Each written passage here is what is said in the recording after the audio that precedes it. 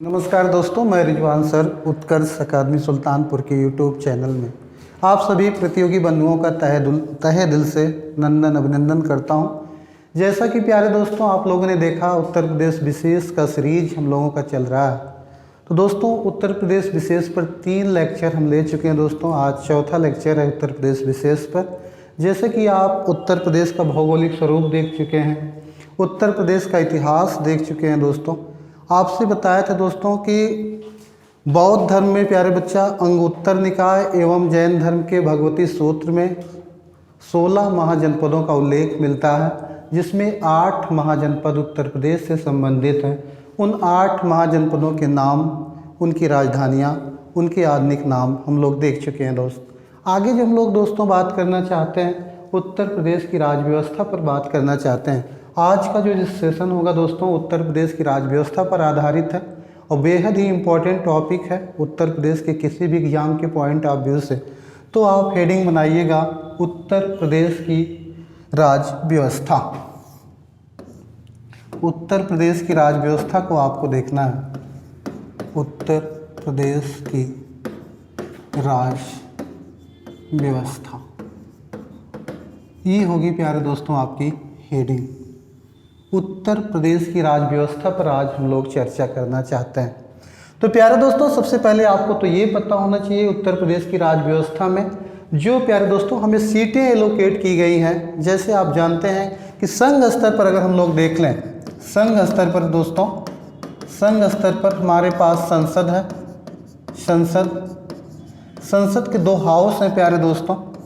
एक निम्न सदन है जिसको लोअर हाउस के नाम से जानते हैं, उसका नाम है लोकसभा। एक प्यारे बच्चा राज्यसभा। तो मेरे प्यारे दोस्तों संघ स्तर पर संसद के 2 हाउस हैं, लोकसभा, राज्यसभा। इसी तर्ज पर प्यारे दोस्त अगर हम लोग देख लें तो राज्य स्तर पर अगर हम लोग देख लेते हैं, राज्य स्तर पर तो मेरे दोस्तों विधानमंडल आता है।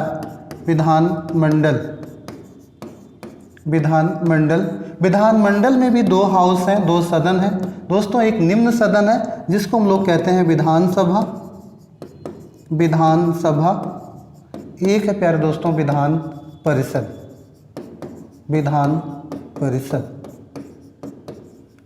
तो प्यारे दोस्तों एग्जामिनर सीधा सा सवाल ये बनाता है कि उत्तर प्रदेश में लोकसभा की कितनी सीटें एलोकेट की गई हैं, राज्यसभा में कितनी सीटें निर्धारित हैं, विधानसभा में कितनी सीटें निर्धारित हैं और प्यारे दोस्तों विधान परिषद में कितनी सीटें निर्धारित हैं। क्योंकि हम लोग का आज जो सेशन है पूरी तरह से उत्तर प्रदेश राज्य व्यवस्था पर आधारित है, तो इसको हम लोग क्लियर कर लेना चाहते हैं दोस्तों। उत्तर प्रदेश की बात हम लोग कर रहे हैं, देख लीजिए प्यारे दोस्तों कहाँ पर कितनी सीटें निर्धारित हैं। यूपी की बात हम लोग करेंगे। एक तो प्यारे बच्चा लोकसभा की हम लोग बात करेंगे, लोकसभा, राज्यसभा, विधानसभा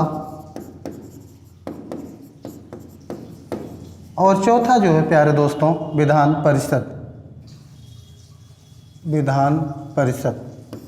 चौथा है दोस्तों विधान परिषद। तो मेरे प्यारे दोस्तों लोकसभा में उत्तर प्रदेश की कितनी सीटें निर्धारित हैं, आपको बताना है। लोकसभा में 80 सीटें उत्तर प्रदेश से निर्धारित हैं। कितनी सीटें प्यारे दोस्तों? 80 सीटें। राज्यसभा में उत्तर प्रदेश के पास 31 सीटें हैं बच्चा, 31 सीटें हैं। विधानसभा में आप जानते हैं उत्तर प्रदेश की 403 सीटें हैं और वही विधान परिषद में 100 सीटें निर्धारित की गई हैं। मेरे प्यारे दोस्तों ये है सीटों का आवंटन। उत्तर प्रदेश की लोकसभा में 80 सीटें निर्धारित हैं, राज्यसभा में 31 सीटें निर्धारित हैं, विधानसभा में 403 सीटें निर्धारित हैं और विधान परिषद में 100 सीटें निर्धारित हैं। मेरे प्यारे दोस्तों एक सवाल यहाँ से ये बनता है कि जो सीटें निर्धारित की गई हैं आपके सामने हैं कि लोकसभा में 80 सीटें हैं, राज्यसभा में 31 सीटें हैं, विधानसभा में 403 सीटें हैं और विधान परिषद में 100 सीटें हैं। तो मेरा एग्जामिनर ये प्रश्न बनाता है जो सीटों का निर्धारण किया गया है, आवंटन किया गया है, ये किस वर्ष की जनसंख्या को आधार बनाते हुए किया गया है। तो ये एक अच्छा सा प्रश्न है प्यारे दोस्तों, इसको नोट में इस बात को लिखिएगा, इसको नोट में लिखिएगा दोस्तों कि उत्तर प्रदेश में या कोई अन्य भी राज्य क्यों ना हो, जो सीटों का आवंटन किया गया दोस्तों 1971 की जनसंख्या को आधार बनाया गया है। ये एक अच्छा सवाल बन जाता है दोस्तों। 1971 की जनसंख्या को आधार बनाते हुए दोस्तों प्रत्येक राज्यों में राज्यसभा सीटें आवंटित की गई हैं दोस्तों। तो उत्तर प्रदेश में जो सीटें आवंटित की गई हैं आपके सामने हैं। तो दोस्तों ये सवाल ना भूलिएगा, 1971 की जनसंख्या को आधार बनाते हुए प्रत्येक राज्यों में सीटें निर्धारित की गई हैं। हालांकि हम लोग उत्तर प्रदेश देख रहे हैं, तो दोस्तों उत्तर प्रदेश विशेष में हम लोग चर्चा कर रहे हैं। तो लोकसभा में 80 सीटें, राज्यसभा में 31, विधानसभा में 403 और विधान परिषद में 100 सीटें निर्धारित हैं। आधार क्या है? 1971 की जनसंख्या को आधार बनाया गया है। और ये भी आपको बताना चाहेंगे दोस्तों कि ये जो सीटें हैं ये 2026 तक इन सीटों में कोई हस्तक्षेप नहीं किया जा सकता, कोई फेरबदल नहीं किया जा सकता दोस्तों। जब 2026 में पुनः परिसीमन होगा उसके बाद इन सीटों में हेर फेर किया जा सकता है, फेरबदल किया जा सकता है। फिलहाल 2026 तक ये सीटें यही रहेंगी जो आपके सामने है। आधार है 1971 की जनसंख्या। ये है दोस्तों पहली बात। आगे जो हम लोग चर्चा करना चाहते हैं दोस्तों, आप जानते हैं चुनाव 2 टाइप का होता है। चुनाव 2 टाइप का होता है दोस्तों। एक बात हम लोग करेंगे लोकसभा की, लोकसभा, और दूसरी बात जो हम लोग करना चाहते हैं विधानसभा, विधानसभा। मेरे प्यारे दोस्तों, लोकसभा एवं विधानसभा का जो चुनाव होता है ये किस पद्धति पर आधारित होता है, ये प्रश्न एग्जामिनर कई बार पूछ चुका है। लोकसभा संघ स्तर पर और विधानमंडल यानी कि राज्य स्तर पर विधानसभा। अभी रिसेंटली चुनाव हुआ, उत्तर प्रदेश की 18वीं विधानसभा का चुनाव हुआ दोस्तों, जिसमें 403 सीटों पर चुनाव हुआ और 255 सीट जीत दर्ज करके बीजेपी पार्टी सबसे बड़ी पार्टी कहलाई दोस्तों। और योगी आदित्यनाथ उत्तर प्रदेश के मुख्यमंत्री बनाए गए। हालांकि हम लोग बात ये करना चाहते हैं कि लोकसभा और विधानसभा का चुनाव किस पद्धति पर आधारित होता है। ये एक अच्छा सा प्रश्न है दोस्तों। तो आपको मैं बता देना चाहूँगा दोस्तों, दोनों चारों की मैं बात कर ले रहा हूँ। और अब जो बच गया दोस्तों, एक है राज्यसभा, राज्यसभा, दूसरा जो बच गया बच्चा विधान परिषद, विधान परिषद। तो मेरे प्यारे दोस्तों, लोकसभा एवं विधानसभा का जो चुनाव होता है first past the post system पर आधारित होता है। First past the post system पर आधारित होता है। पोस्ट सिस्टम पर आधारित होता है। इसकी हिंदी है बच्चा अग्रता ही विजेता, अग्रता ही विजेता, अग्रता ही विजेता। मेरे प्यारे दोस्तों, लोकसभा और विधानसभा का जो चुनाव होता है first past the post system पर आधारित होता है, अग्रता ही विजेता सिस्टम पर आधारित होता है। इसके तहत प्यारे दोस्तों प्रत्यक्ष रूप से प्रत्याशी चुनकर आता है दोस्तों। इसकी पद्धति को हम लोग कहते हैं first past the post system. चाहे 1 लाख वोट से आगे हो, चाहे 1 वोट से आगे हो, वही कैंडिडेट चुनाव जीतता है जो सबसे ज़्यादा मत लाता है। तो इसी पद्धति का नाम है first past the post system. इस पद्धति पर लोकसभा का भी चुनाव आधारित है और विधानसभा का भी चुनाव आधारित है। लेकिन हम बात करें राज्यसभा और विधान परिषद का जो चुनाव है ये किस पद्धति पर आधारित होता है दोस्तों।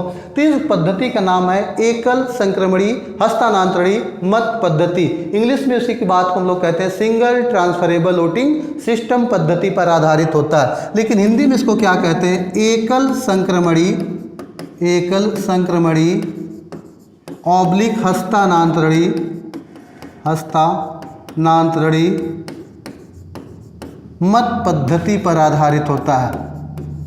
मत पद्धति पर आधारित होता है, आधारित होता है, आधारित होता है। तो प्यारे दोस्तों, लोकसभा और विधानसभा का चुनाव first past the post system पर आधारित होता है। लेकिन राज्यसभा और विधान परिषद का जो चुनाव है एकल संक्रमणी हस्तांतरणीय मत पद्धति पर आधारित होता है। इसमें उम्मीदवार को एक निश्चित अभ्यांश लाना होता है, एक निश्चित कोटा लाना होता है। इसमें सबसे ज़्यादा मत पाने वाला प्रत्याशी चुनाव नहीं जीतता, बल्कि वह प्रत्याशी चुनाव जीतता है जो निश्चित अभ्यांश लाता है, एक निश्चित कोटा लाता है। लेकिन यहाँ पर वह उम्मीदवार चुनाव जीतता है जो सबसे ज़्यादा मत लाता है। चाहे 1 मत ज़्यादा हो, चाहे 1 लाख मत अधिक हो, तो वही प्रत्याशी यहाँ पर वही उम्मीदवार चुनाव जीतता है जो एक या एक से अधिक वोटों से आगे होता है। लेकिन यहाँ पर ऐसा नहीं होता है दोस्तों, यहाँ वरीयता क्रम में मत किया जाता है और उम्मीदवार को एक निश्चित अभ्यास लाना होता है। इसी पद्धति का नाम है एकल संक्रमणी हस्तांतरणी मत पद्धति पर आधारित होता है। तो बच्चों, बात ये हो चुकी कि लोकसभा का चुनाव किस पद्धति पर आधारित है, विधानसभा का चुनाव किस पद्धति पर आधारित है, राज्यसभा का चुनाव किस पद्धति पर आधारित है और विधान परिषद का चुनाव किस पद्धति पर आधारित होता है। ये रहा दोस्तों चुनाव प्रणाली जो आपके सामने है। आगे जो हम लोग बात करना चाहते हैं, हालांकि उत्तर प्रदेश विशेष ही हम लोग देख रहे हैं दोस्तों, उत्तर प्रदेश विशेष पर ही बात करना चाहते हैं। अगली जो बात होगी दोस्तों, उत्तर प्रदेश की विधानसभा पर हम लोग बात करेंगे। उत्तर प्रदेश की विधानसभा, हेडिंग डाल दीजिएगा, उत्तर प्रदेश की विधानसभा। विधानसभा मेरे प्यारे दोस्तों, 2-3 प्रश्न यहाँ से बहुत ही खूबसूरत बन जाते हैं। पहला प्रश्न तो ये बनता है कि विधानसभा में अधिकतम सदस्यों की संख्या कितनी होती है और न्यूनतम सदस्यों की संख्या कितनी होती है, जो कई बार एग्जामिनर यहाँ से प्रश्न बन चुका है दोस्तों। अधिकतम सदस्य संख्या, अधिकतम सदस्य संख्या, सदस्य संख्या, एक तो ये आपको पता होना चाहिए दोस्तों। अगली जो बात पता होना चाहिए, न्यूनतम सदस्य संख्या, न्यूनतम सदस्य संख्या कितनी होती है, ये भी आपको पता होना चाहिए प्यारे दोस्तों। ये दोनों बातें पता होना चाहिए। आपसे प्रश्न ये बन जाए कि किसी भी विधानसभा में, किसी भी राज्य की विधानसभा में अधिकतम सदस्यों की संख्या कितनी होती है या न्यूनतम सदस्यों की संख्या कितनी होती है, तो आपको जवाब देना है दोस्तों। मैक्सिमम जो सदस्यों की संख्या है प्यारे दोस्तों वो 500 होती है। कितना प्यारे दोस्तों? 500 सदस्य अधिकतम सदस्यों की संख्या हो सकती है। लेकिन न्यूनतम जो सदस्यों की संख्या होती है प्यारे दोस्तों 60 होती है। न्यूनतम सदस्यों की संख्या 60 और अधिकतम सदस्यों की संख्या बच्चा 500, सॉरी अधिकतम 500 न्यूनतम 60 होती है। ये आपको अच्छे से पता होना चाहिए दोस्तों। सर कोई अपवाद है क्या? दोस्तों अपवाद जरूर फोकस करिएगा। अपवाद के तौर पर आपको मैं बता देना चाहूँगा, अपवाद 3 ऐसे राज्य हैं जिनको बच्चा सदस्य संख्या 60 से कम है, वो अपवाद के रूप में आपको पता होना चाहिए। गोवा को आपको पता होना चाहिए अपवाद स्वरूप, मात्र 40 सीटें हैं गोवा में, 40 विधानसभा सीटें हैं गोवा में दोस्तों। अगली जो बात मिजोरम की बात होनी चाहिए, मिजोरम में दोस्तों 40 सीटें हैं, ये भी अपवाद के तौर पर आता है। और बच्चा सिक्किम को ना भूलिएगा, सिक्किम में मात्र 32 सीटें हैं दोस्तों, ये आपको पता होना चाहिए। अपवाद के तौर पर 3 राज्य को आपको पता होना चाहिए दोस्तों। गोवा 40 सीटें, मिजोरम में भी 40 सीटें, सिक्किम में 32 सीटें हैं, जो कि यहाँ पर न्यूनतम सदस्य संख्या 60 होनी चाहिए। लेकिन अपवाद के तौर पर 3 राज्य आपको पता होना चाहिए दोस्तों, जहाँ पर न्यूनतम सदस्य संख्या से भी कम सीटें हैं, जिसमें गोवा 40 सीट, मिजोरम 40 सीट, सिक्किम में 32 सीटें हैं। ये अपवाद के तौर पर है। लेकिन प्रश्न ये बन जाए कि विधानसभा में अधिकतम सदस्यों की संख्या, तो आपको अच्छे से पता होना चाहिए 500, न्यूनतम सदस्यों की संख्या तो आपको पता होना चाहिए दोस्तों 60। अपवाद के तौर पर 3 राज्य आपको देखना है, गोवा मिजो सिक्किम, गोवा मिजो सिक्किम, गोवा 40 32 सीटें। ठीक है प्यारे दोस्तों, एक खूबसूरत सा प्रश्न, हालांकि आरओ ने ये प्रश्न बनाया, अभी रिसेंटली आरओ का प्रश्न हुआ, प्रश्न यही से बनाया था दोस्तों। आपसे प्रश्न ये आरओ ने पूछा था कि विधानमंडल में कोरम गणपूर्ति के लिए कितने सदस्यों का होना अनिवार्य है। यहाँ पर दोस्तों आप धोखा खा जाते हैं, गलती कर बैठते हैं। मेरे प्यारे दोस्तों कोरम की बात कर रहा है, कोरम को हिंदी में गणपूर्ति के नाम से जानते हैं दोस्तों। तो आपको पहले यही बता देना चाहूँगा आखिर कोरम कहते किसे हैं। कोरम एक ऐसी प्रक्रिया है प्यारे दोस्तों, जब कोई बैठक बुलाई जाती है तो ये निश्चित अभ्यांश व्यक्त करना चाहता है कोरम के तहत एक निश्चित सदस्य यदि पार्टिसिपेट नहीं करते हैं, शामिल नहीं होते दोस्तों, तो मीटिंग मान्य नहीं होती है। जैसे संघ स्तर पर मैं बता देना चाहूँगा, संघ स्तर पर प्यारे दोस्तों तो आपको पता है हमारे पास 2 हाउस है, 2 सदन है। एक है प्यारे दोस्तों लोकसभा, एक है प्यारे दोस्तों राज्यसभा। तो मेरे दोस्तों अगर हम संसद की बात करें, संसद के 2 सदन हैं, लोकसभा एवं राज्यसभा। लोकसभा में प्यारे दोस्तों वर्तमान जो सदस्य संख्या है 545 है। कितने हैं प्यारे दोस्तों?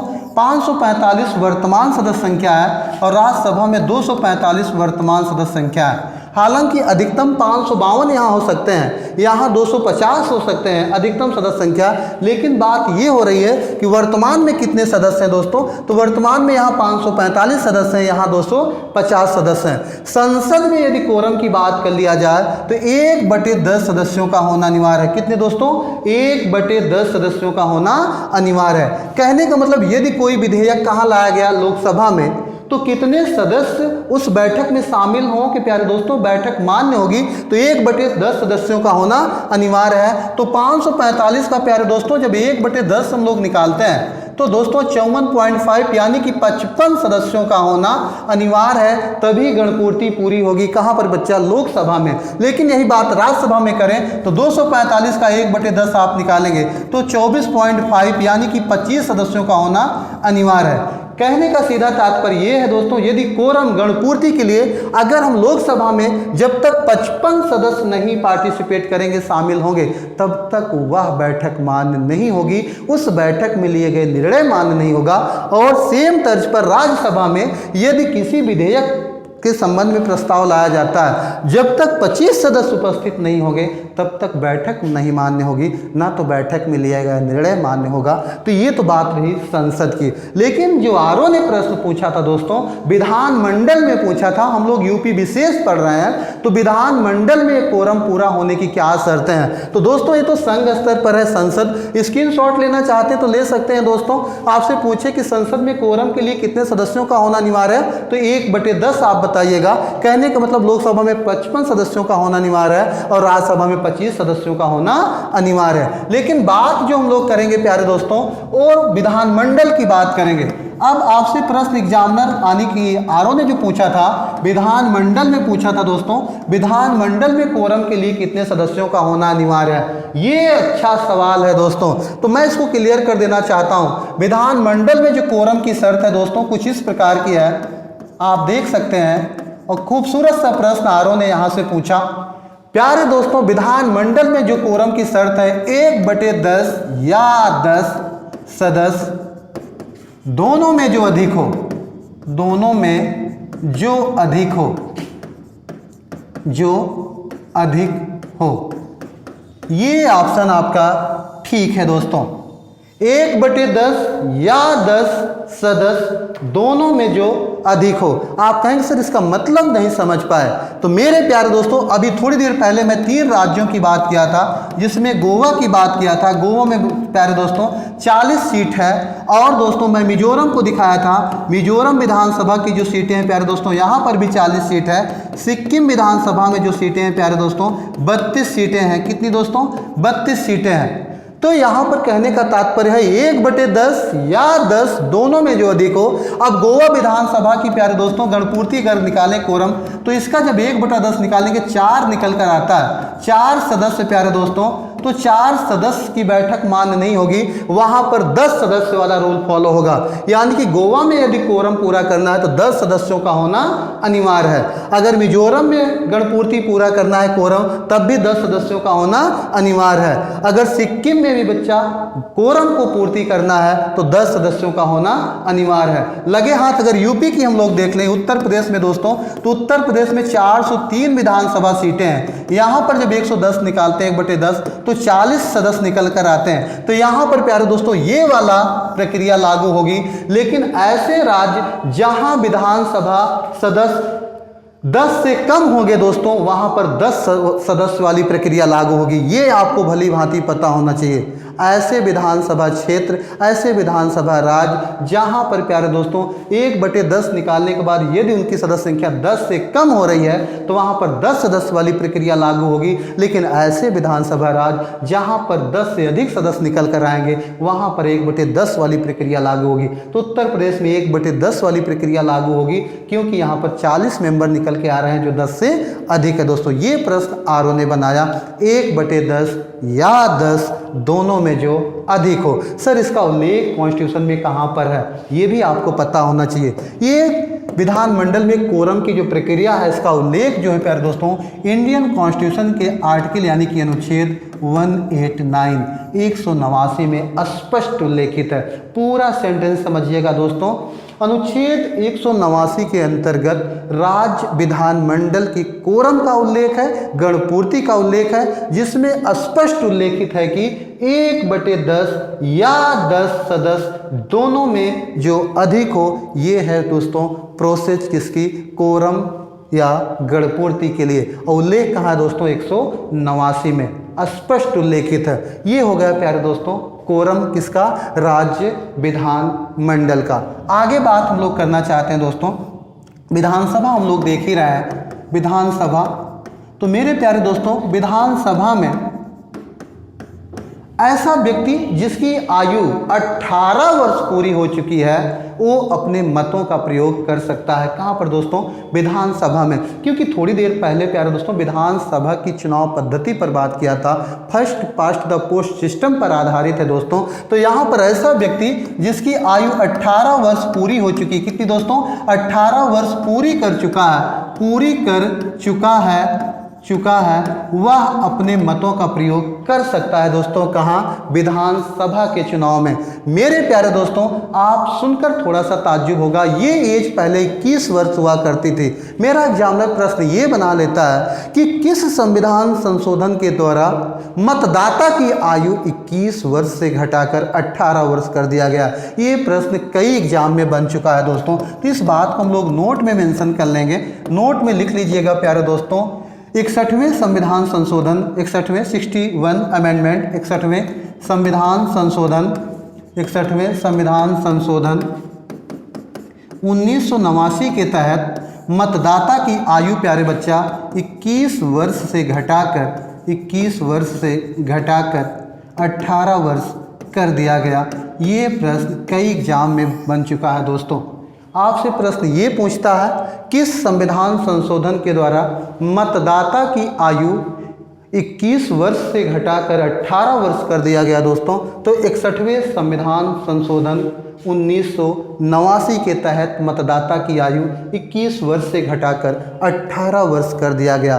तो इसका सीधा तात्पर्य यह है कि ऐसा वयस्क व्यक्ति जिसकी आयु 18 वर्ष पूरी हो चुकी है, वो अपने मतों का प्रयोग कर सकता है। कहाँ पर दोस्तों, विधानसभा चुनाव में। ये अच्छे से आपको पता होना चाहिए दोस्तों। यूपी विशेष की बात कर रहे हैं तो आपसे सीधा सा सवाल बनेगा, उत्तर प्रदेश की प्रथम विधानसभा का गठन कब हुआ था दोस्तों। प्रथम विधानसभा का गठन बात कर रहा है, प्रथम विधानसभा का गठन, वो भी कहाँ का बच्चा, उत्तर प्रदेश। उत्तर प्रदेश की प्रथम विधानसभा का गठन जो हुआ था दोस्तों, ये डेट नहीं भूलिएगा, 8 मार्च 1952 को हुआ था। कब हुआ था दोस्तों, 8 मार्च 1952। उत्तर प्रदेश विधानसभा का प्रथम गठन जो हुआ दोस्तों 8 मार्च 1952 को हुआ। और आपको ये भी पता होना चाहिए कांग्रेस पार्टी के सदस्य, कहाँ के दोस्तों, कांग्रेस पार्टी के सदस्य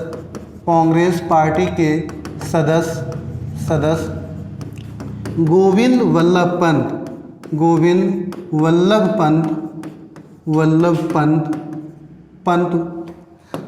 वल्लभ पंत उत्तर प्रदेश के प्रथम मुख्यमंत्री बने थे दोस्तों।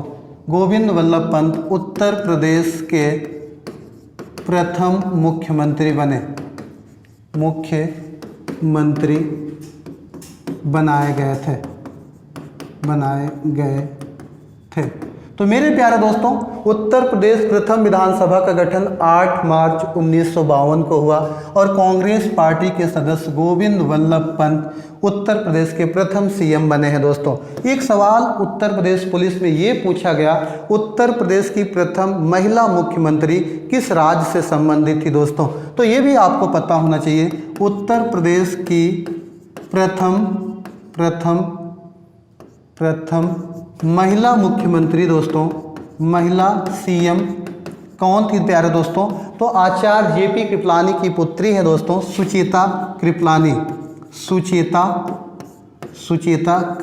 दोस्तों, सुचेता कृपलानी, और पंजाब राज्य से बिलोंग करती। ये प्रश्न बनाया था उत्तर प्रदेश पुलिस में। तो मेरे प्यारे दोस्तों उत्तर प्रदेश की बनने वाली प्रथम महिला मुख्यमंत्री कौन थी? तो सुचेता कृपलानी थी, जो पंजाब राज्य से संबंधित थी दोस्तों। और आपको ये पता होना चाहिए कि उत्तर प्रदेश की प्रथम विधानसभा का गठन 8 मार्च 1952 को हुआ। तो अब तक कितनी बार विधानसभा का गठन हो चुका है दोस्तों? तो विशेष ध्यान देना, अभी तक उत्तर प्रदेश में 18 बार, अंडरलाइन करिएगा दोस्तों, करंट का भी इशू है, 18 बार विधानसभा का गठन किया जा चुका है। विधानसभा का गठन किया जा चुका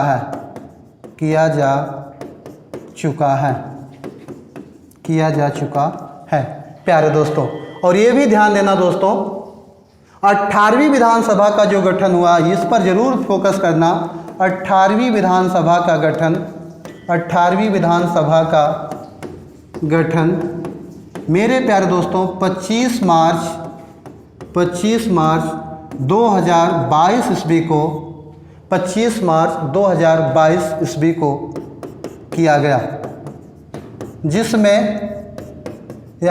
फलस्वरूप बीजेपी पार्टी के सदस्य योगी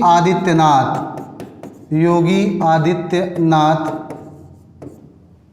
इकाना स्टेडियम का नाम बदल गया था दोस्तों, आपको पता होगा, सरदार अटल बिहारी वाजपेयी स्टेडियम इकाना लखनऊ में इन्होंने शपथ लिया शाम को 4 बजे, और वो डेट है 25 मार्च 2022। उत्तर प्रदेश की 18वीं विधानसभा का गठन हो चुका है दोस्तों। 25 मार्च 2022 ईस्वी को बीजेपी पार्टी के सदस्य योगी आदित्यनाथ अटल बिहारी वाजपेयी स्टेडियम इकाना लखनऊ में दोस्तों शपथ लिए थे प्यारे बच्चा। आगे देख लिए प्यारे दोस्तों, अगला आपसे प्रश्न ये बन सकता है, 18वीं उत्तर प्रदेश की 18वीं विधानसभा का प्रोटेम स्पीकर किसे बनाया गया? प्रोटेम स्पीकर किसे बनाया गया था दोस्तों? ये प्रोटेम स्पीकर क्या होता है, इसको थोड़ा सा क्लियर करना चाहेंगे। तो मेरे प्यारे दोस्तों, जब नई विधानसभा निर्वाचित होकर आती है, तो प्यारे दोस्तों जब मान लीजिए 403 सीट चुनकर आए, 403 नए विधायक चुनकर आते हैं, तो मेरे दोस्तों और मेरा जो राज्यपाल है, गवर्नर है, इन्हीं 403 सीटों में से एक व्यक्ति को जो वरीयता के आधार पर, प्यारे दोस्तों वरीयता का मतलब एज में नहीं, जो सबसे ज़्यादा बार विधानसभा चुनाव जीत कर आता है, उसी को प्रोटेम स्पीकर बनाया जाता है। और प्रोटेम स्पीकर की नियुक्ति कौन करता है? राज्यपाल। एवं प्रोटेम स्पीकर को शपथ कौन दिलाता है? तो राज्यपाल। 18वीं विधानसभा का प्रोटेम स्पीकर किसे बनाया गया उत्तर प्रदेश में दोस्तों? ये आपको पता होना चाहिए। तो उनका नाम है रमापति शास्त्री, ये नाम ना भूलिएगा, रमापति शास्त्री। ये थे प्यारे दोस्तों उत्तर प्रदेश की 18वीं विधानसभा के प्रोटेम स्पीकर रमापति शास्त्री साहब को बनाया गया।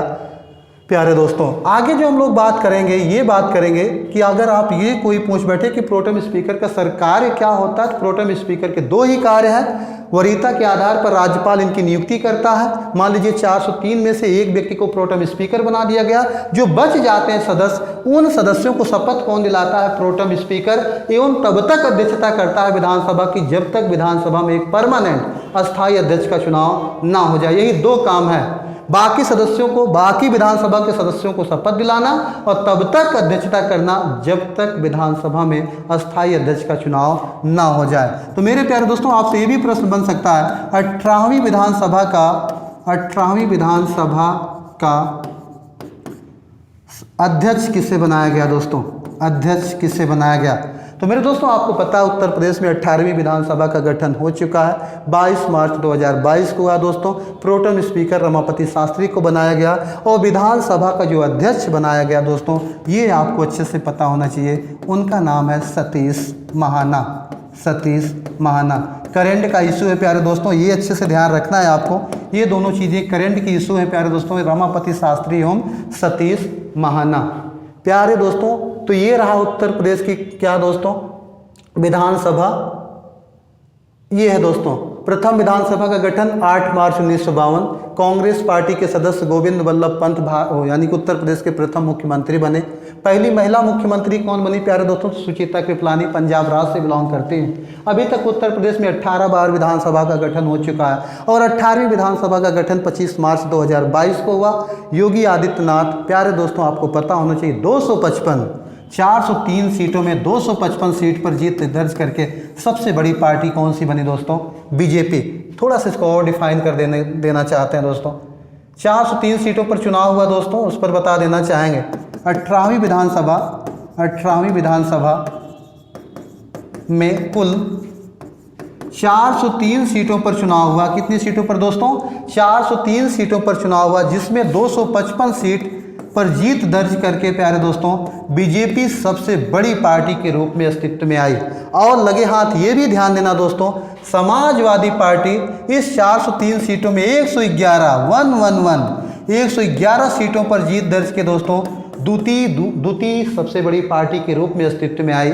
और आप जानते हैं 255 सीटों के साथ बीजेपी पार्टी के जो उम्मीदवार थे दोस्तों योगी आदित्यनाथ, वर्तमान में सेकेंड टेनियर उनका प्रारंभ हो चुका है दोस्तों।